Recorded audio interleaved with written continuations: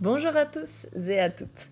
Aujourd'hui, dans les Minutes Éductucieuses et suite à quelques demandes dans le centre, je vais vous parler de mon expérience avec la formation professionnelle d'Esprit Dog. Ça tombe plutôt bien parce que j'avais quelques médias qui, à l'époque, ne pouvaient pas être utilisés puisque le centre était en extension de travaux et qu'il ne fallait donc pas dévoiler certaines parties.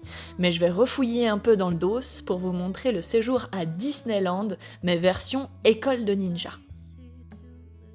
Bienvenue dans cette vidéo et au sein du monde même de la passion du chien.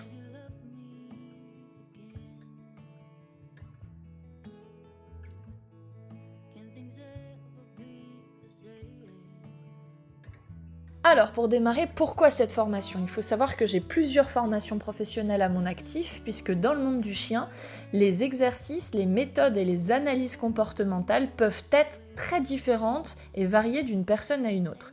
Il était donc, et il est toujours important pour moi, de réunir le maximum d'informations, de pièces pour constituer un puzzle cohérent et distinguer donc le bon du mauvais aussi. C'est d'ailleurs ce que l'on demande dans les reconnaissances de formation. Combien d'interlocuteurs ? Chez Esprit Dog, c'est plutôt pas mal parce qu'ils nous ont ménagé un petit planning qui fait interagir 3 personnes à peu près principales. Tony, qui est donc l'éducateur canin et comportementaliste, mais aussi Romaric, qui va interagir pour la partie business et gestion de marketing, et enfin Franco, qui est un vétérinaire. On a donc 3 personnes qui vont enseigner dans leur thématique respectives. Si vous connaissez un peu Esprit Dog et regardez leurs vidéos, leurs lives, etc., je pense que vous comprendrez que faire venir un autre éducateur canin ou une autre éducatrice canine, c'est sûrement un peu chaud pour eux. Dans un sens, pour trouver quelqu'un qui correspond à leur standing, et dans l'autre aussi, apparemment, parce que beaucoup de personnes dans ce milieu redoutent le personnage de Tony ou au pire ne l'apprécient pas. Donc j'imagine que plus d'intervenants, en même temps, c'était chaud. Dans tous les cas, Tony est plutôt une personne entière et l'équipe aussi. Soit vous aimez, soit vous n'aimez pas. Mais dans tous les cas, si vous faites bien, il n'aura aucun mal à le souligner. Et si vous faites mal, bien évidemment, il laissera clairement apparaître sans filtre. Il y en a qui aiment et d'autres qui n'aiment pas. C'est peut-être la question que vous devez vous poser avant de rejoindre la formation. Mais le plus important est jusqu'où seriez-vous prêt à aller pour devenir éducateur canin ? En tout cas, ça va très bien. Sky, Jenna et Neji vont très bien. Tous les 4, on va très bien. On est super heureux. Et au taquet, Red Bull café, café, Red Bull café, café, Red Bull café. Et peut-être un petit peu de fromage. Mais en tout... Au niveau du contexte, l'école est située à Valence. Mais attention, pas Valence en France, Valence en Espagne. Enfin, les bureaux sont à Valence. Et le centre, qui est très très grand, est dans un village situé un peu plus dans les terres et reculé. Je ne donnerai ni numéro de téléphone, ni adresse bien sûr, parce que ce n'est pas le thème de cette vidéo. Et si vous avez besoin de les contacter ou de vous inscrire et d'y aller, le mieux c'est bien sûr de les contacter directement ou encore mieux de s'y rendre pour une formation. Vous avez 2 options pour votre séjour formation professionnelle. Petit 1, le pack complet avec le transport et l'hôtel est géré par le centre, ou vous pouvez, petit 2, partir de votre côté. Personnellement, c'est ce que j'ai fait et c'est un défaut sûrement que j'ai parce que je vous confesse que je suis incapable de me donner à 200% si je reste 3 semaines loin de mes toutous. Donc toute la famille a pris ses vacances de l'année et on est parti là-bas. C'était d'un commun accord puisque c'était pour notre avenir et que ça en valait vraiment la peine. Le soir, j'étais fatiguée généralement, mais au moins je retrouvais ma famille et ça c'est un confort que je ne regrette absolument pas. Le seul hic qu'on a vraiment eu dans notre séjour, c'est que le premier soir de la première journée de cours, Sky a été piqué par un serpent aux alentours de 22h, sa tête a doublé de volume et c'était absolument horrible. J'ai du mal à retrouver la photo mais je la remettrai sur Instagram pour sûr parce qu'on a vraiment eu la chance de notre vie d'avoir un vétérinaire d'urgence qui était situé dans la rue. Sinon c'est sûr, elle y passait, elle ne respirait presque plus dans mes bras, c'était un des pires moments de ma vie. Dans l'équipe, vous pouvez donc toujours compter sur Tony qui est donc pour rappel l'éducateur comportementaliste qui va donner le rythme à la classe pendant toute la formation, mais aussi Romaric pour la gestion marketing et le business, Mélodie qui gère toute l'organisation des inscriptions, du voyage et de la logistique, en tout cas à l'époque, Jessica qui je pense aide Mélodie dans ses tâches et effectuait des prises de caméra, Noémie, qui est plus connue sous le pseudo de Tata Cuisine, mais qui gère toute la partie prise de vue et caméra, et Fede qui est espagnol et gère toute la partie entretien du centre, prise de caméra parfois et passage sur des chiens un peu show the night quand l'idée venait à Tony. Vous ne savez de toute façon jamais à quoi vous attendre avec Tony. Il peut avoir l'air apparemment calme et pointer une et si vous avez de la chance un peu plus de personnes du doigt en vous annonçant clairement et très calmement que vous avez 2 à 4 minutes pour monter un parcours chiot avant que le client arrive. À l'époque de ma formation, il y avait 2 participants des bénévoles qui avaient été appelés pour faire la formation professionnelle et voir pour la suite. Ces participants devaient aussi aider aux tâches quotidiennes, l'équipe et parfois les élèves. Mais n'oublions pas qu'ils devaient faire la formation professionnelle aussi. Donc il y avait déjà une aventure chez Esprit Dog, mais pas comme élèves. Donc ils devaient revenir sur leurs connaissances et plutôt en apprendre de nouvelles, dirons-nous. Le centre est composé d'une entrée avec parking et d'une entrée fermée. C'est un peu genre une forteresse. Puis vous allez avoir plusieurs bâtiments. Vous avez une maison témoin, c'est un peu comme une maison normale. Une partie box, de mémoire il doit y en avoir 4 ou 5, mais vous devez voir ça sur les photos. Et dans ces box, on accueillait très régulièrement des chiens qui venaient de la SPA pour travailler par exemple les analyses de comportement, l'aide à l'adoption, etc. Dans un autre bâtiment, vous aviez une salle de classe et la salle intérieure d'éducation canine, puis une terrasse extérieure attelée, et ensuite des blocs externes avec toilettes, une piscine naturelle, un local à matériel pour l'éducation canine et les sports, puis respectivement un terrain extérieur avec du sable, un terrain extérieur couvert type manège pour chevaux, un terrain d'agility, un grand espace avec des monuments pour grimper dessus et une fontaine à eau pour tremper les chiens, plus encore un grand espace vert, bref, c'est immense. Et quand tu plonges dans ce milieu, c'est vraiment incroyable à voir. En bref, sur le fond, c'est Disneyland, mais sur la forme, c'est plutôt l'armée. Donc c'est Disneyland sur le principe pour un éducateur canin. Perso, c'est l'endroit le plus fascinant que j'ai vu.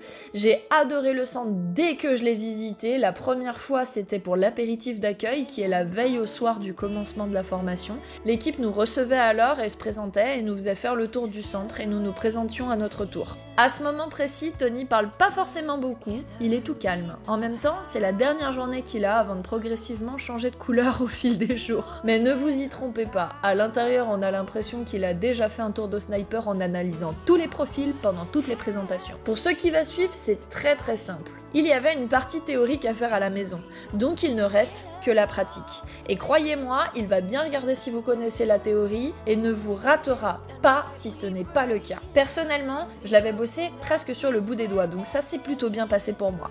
Mais d'autres, pas du tout, et ils s'en souviennent probablement encore et pendant, je crois, toute leur vie. Donc le sérieux doit vraiment être au rendez-vous si vous vous engagez là-dedans et vous voulez profiter à fond de l'aventure. Sinon, je vous le dis, vous allez probablement passer un très mauvais moment et ne serez pas au niveau. Donc, cours pendant 3 semaines non-stop, sauf le dimanche. Et encore le dimanche, comme vous êtes en PLS ou que vous travaillez sur un projet, c'est pas vraiment du repos. De 8h30 à peu près ou 9h jusqu'à 20h le soir, voire 21h, voire aussi 22h30 si vous papotez après sur le parking, ça va être très chargé. Vous arrivez le matin avec un petit déj. Je vous conseille de pas trop faire les malins, à pas vouloir prendre un café ou un truc à graille, parce que après, en fonction de l'alignement des étoiles et de la nuit de Tony, vous savez pas trop à quelle heure vous allez pouvoir manger le midi.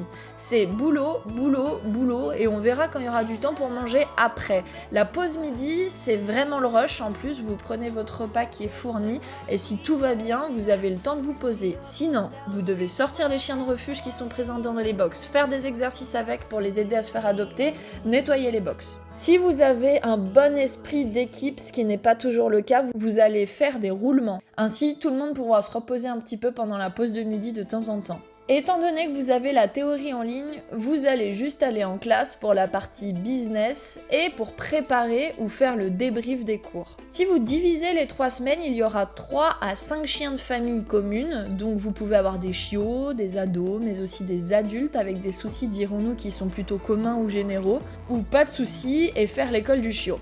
Et ensuite, attention, vous aurez un chien agressif.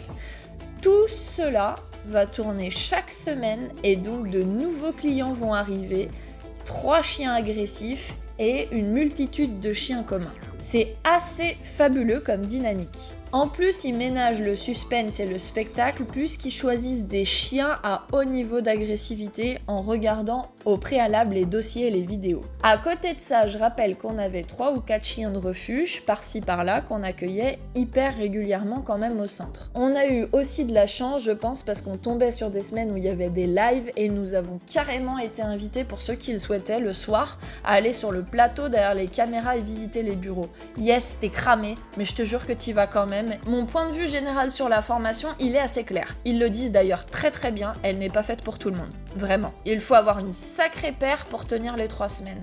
Il vous le redit aussi à l'arrivée le matin même, vous pouvez tous être éducateurs canins, mais pas forcément des vrais. Et il faut aller au-delà de la théorie et de la pratique et avoir ce qu'il appelle un ressenti.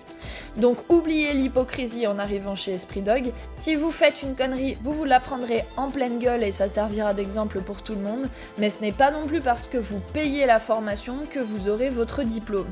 Il faut bien le comprendre. Chez Esprit Dog, il existe des grades. Ces grades vont de 1 à 5, et genre à 5, t'es un peu un Tony en mode Gremlins mouillé, tu vois. Donc du coup, en gros, t'es une copie, et tu raisonnes un peu dans la même logique. À mon époque, en tout cas, personne n'avait atteint ce grade-là. Finalement, je pense rares sont ceux et celles qui se demandent pas à un moment donné s'ils vont abandonner. D'ailleurs, certains le font pendant la formation, c'est déjà arrivé avant et après. Mais si vous tenez bon, je peux vous promettre et vous dire que sur toutes mes formations actuelles, c'était de loin la plus complète. Tony et Romaric m'ont presque tout appris.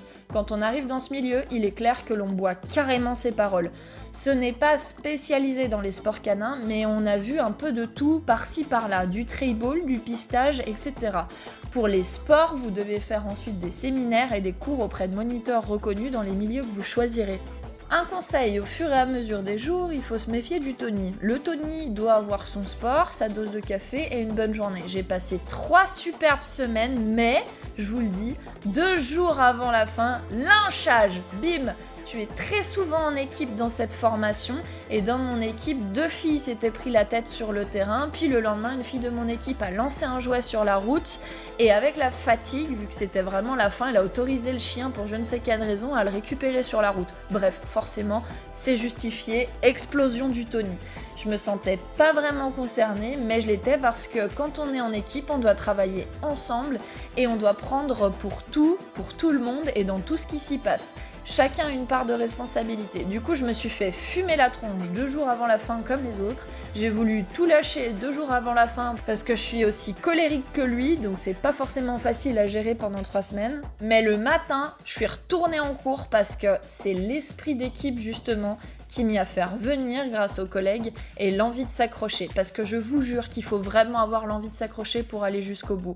Quand je suis sortie d'Esprit Dog, j'ai changé complètement mon point de vue, de tout faire toute seule, et j'ai commencé à monter une équipe de chiens assistants sur le terrain, patte après patte. En bref, si vous avez l'estomac accroché et que vous avez la capacité à vous remettre en question et comprendre que vous ne savez pas tout, ce qui, je vous le rassure, ne sera jamais le cas, foncez. La formation est dure parce qu'elle est authentique et qu'elle est honnête, mais c'est la formation élitiste pour moi du monde canin. Nous sommes actuellement en train de monter la nôtre parce que malheureusement, on manque cruellement de gens compétents dans ce milieu. On a du mal à embaucher et j'arrive malheureusement pas à tous les envoyer en Espagne, mais je peux vous dire qu'il y aura des intervenants divers et variés entre moniteurs sportifs, vétérinaires comportementalistes, police des chiens, affaires vétérinaires et des sessions aussi avec des chiens, des éducateurs, puisque soyons honnêtes, on va analyser votre chien aussi avant de prendre des cours chez vous, mais il a entièrement raison dans sa façon de structurer ses formations pro.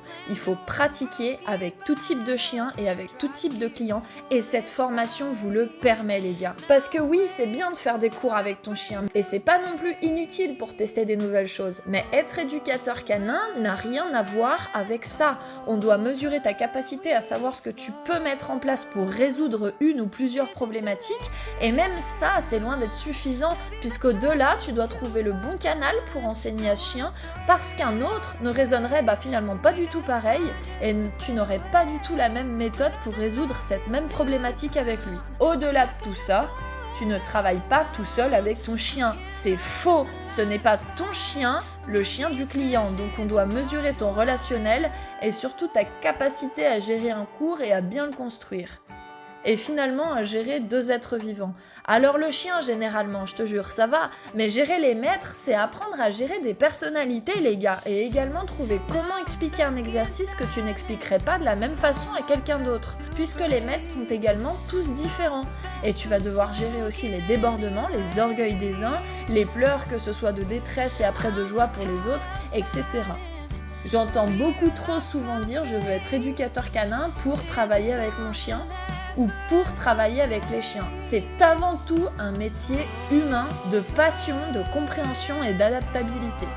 En tout cas, la formation Esprit Dog est de loin bien une formation à recommander, que cela plaise ou non aux uns et aux autres, puisque la personne qui la dirige est extrêmement compétente dans ce milieu et a une culture et un savoir impressionnants. La la.